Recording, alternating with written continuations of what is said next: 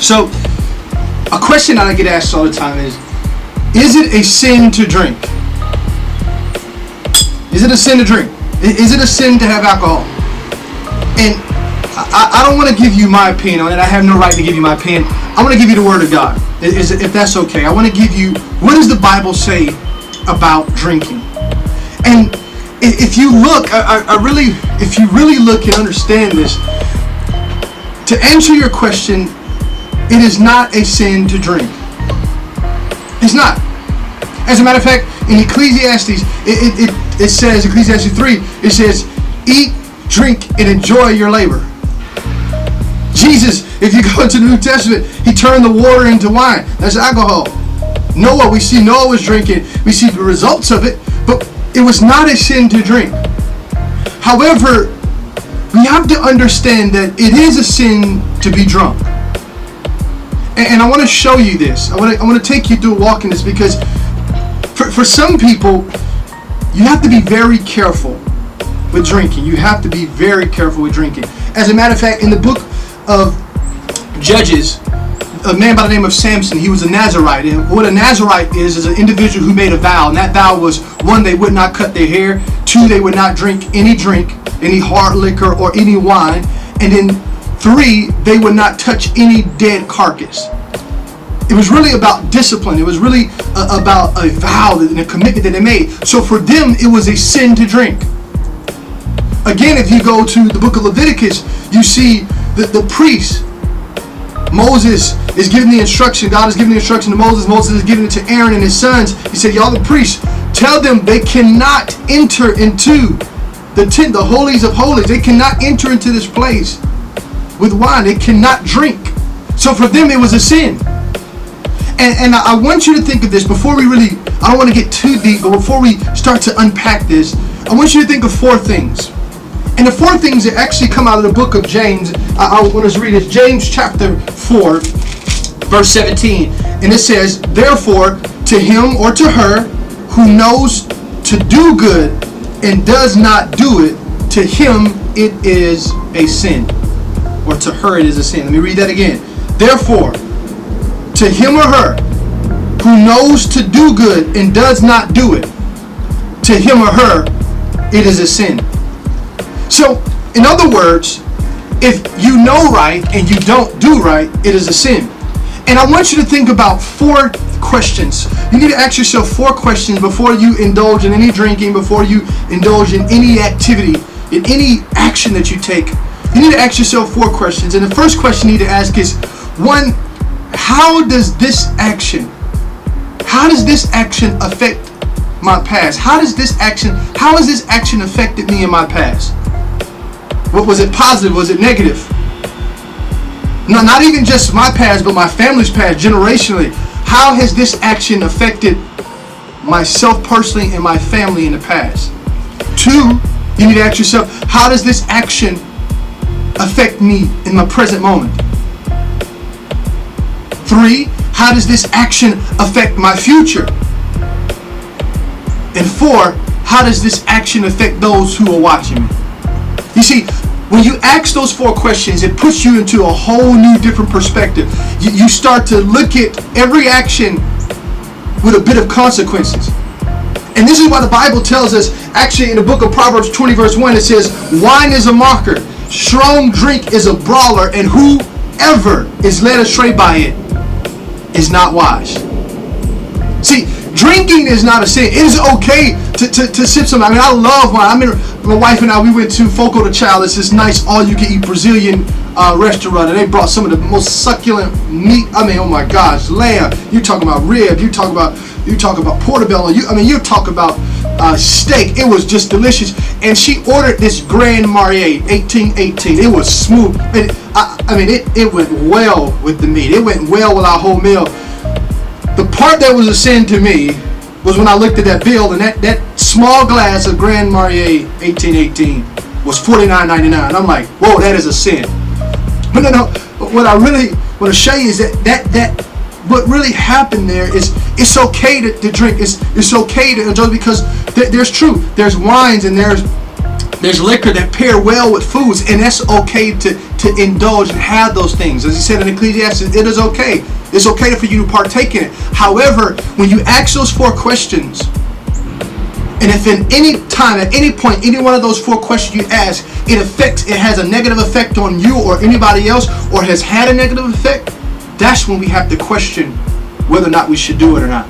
That's better yet, if you have to question why you should do something, you shouldn't do it, because it becomes a sin, as in James 4:17. If you know right and you do not do it, it's a sin.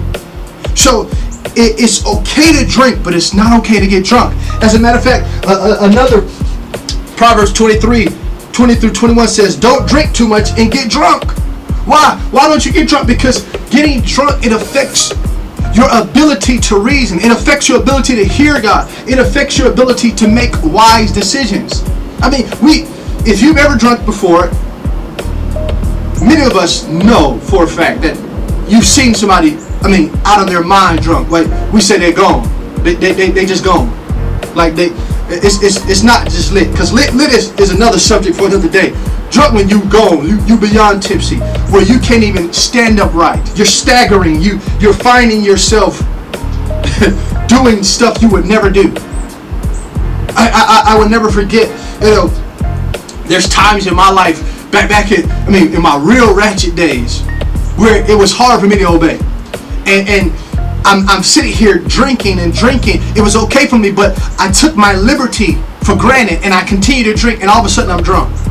And then I do stuff, and I make decisions, and I say things, and I do things that later on I'm like, oh my God, why did I do that? Have you ever been there before? Have you ever had that moment like, dude, why did I do that? You see, not only that, when you make decisions, one drink too many could cause you a consequence that will last you for the rest of your life.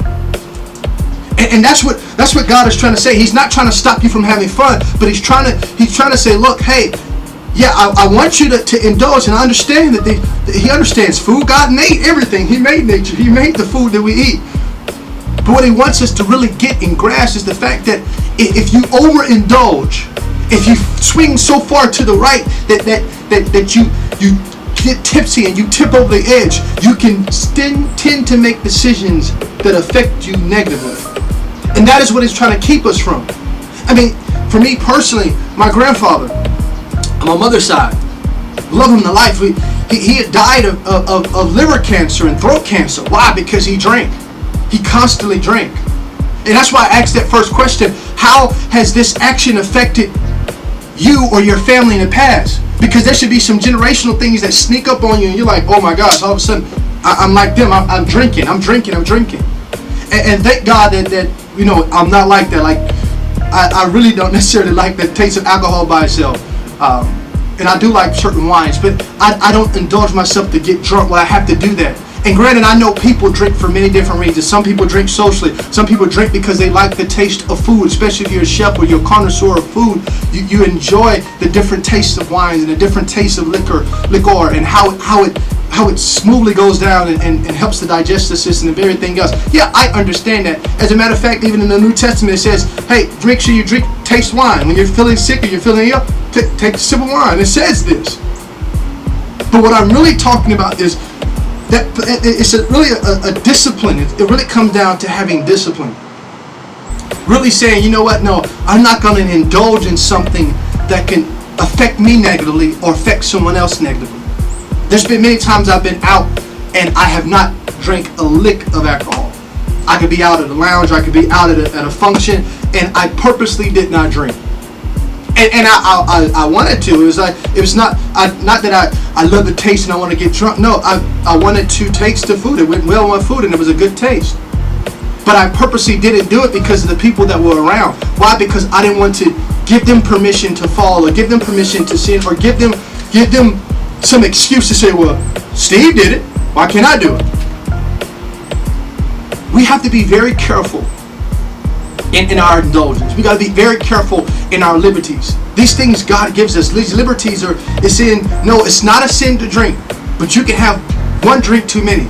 One, if it causes your friends or family or those around you to fall. Two, if it affects you negatively. And three, if at your present moment, it causes you to miss out on what God is trying to do. So I'm challenging you to really take a look at those 4 questions. 1, how does this action affect me in my past or affected my family in the past? 2, how does this action, me drinking, affect me in this present moment? 3, how does this action affect my future? And then 4, how does this action affect those around me? Indulgence, image, and integrity. Indulgence, image, and integrity. God was very strategic, and Jesus is. They're very strategic in how they do things. You see, it's not a sin to drink by no means. It's not. However, if that drink has a hold of you, where it becomes a mocker, as in Proverbs, when it says in Proverbs chapter 20, it becomes a mocker to you. Or like in Genesis chapter 9 with Noah, this is the man that built the ark. God used him to save the world and all the animals. It says after that, he got drunk. Got so drunk that he didn't realize he was naked.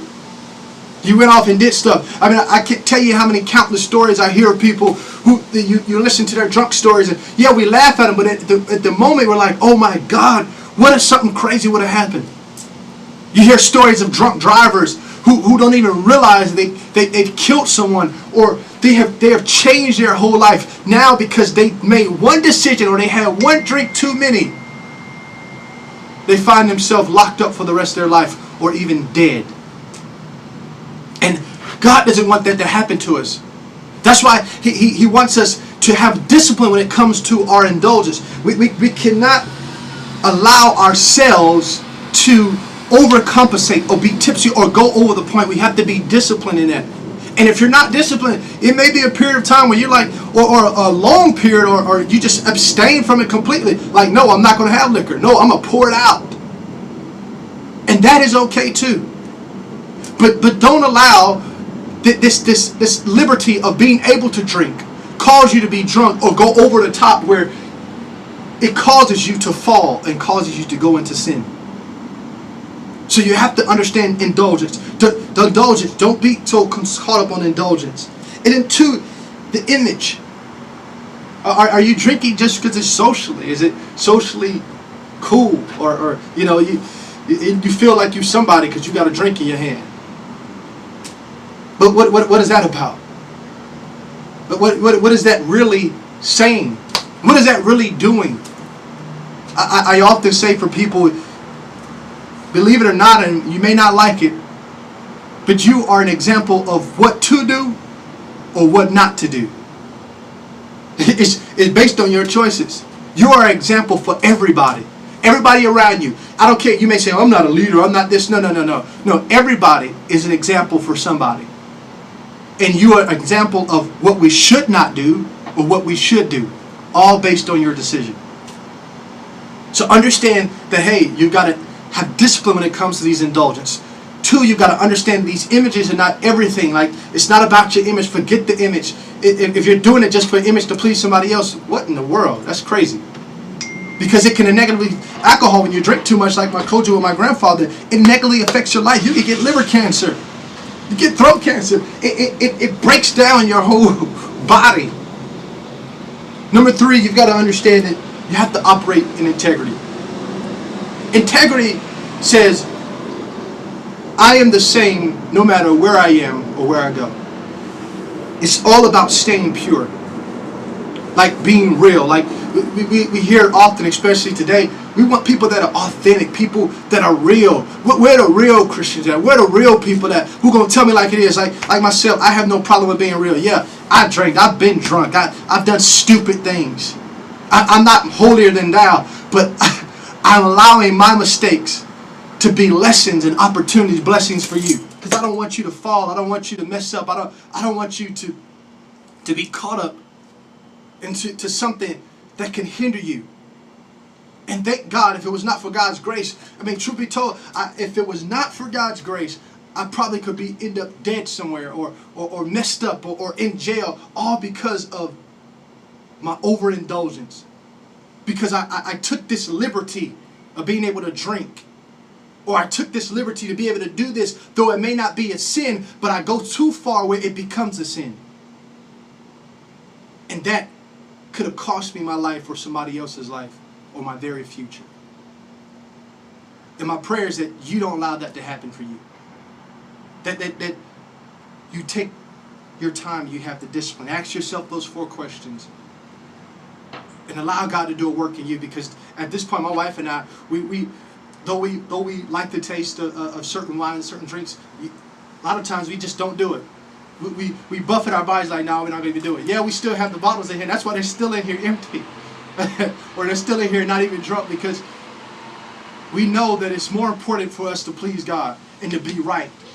It's more important for what God wants to do in this present moment and in our future, and not only in our future, but in the lives of other people that watch us. It's more important. They are more important than our pleasures for the moment. So I challenge you, I really challenge you to take a real introspective look at yourself and say, how am I handling this? Am I overindulging in this? Do I have the discipline to handle this? I was going to say something else, but we'll say that for another time. Again, I'm Stephen J. Palmer, your inspirational entrepreneur, praying that you will allow God to do a work in you like never before. And now you know that drinking is not a sin, but being drunk is. So, until next time, bye for now.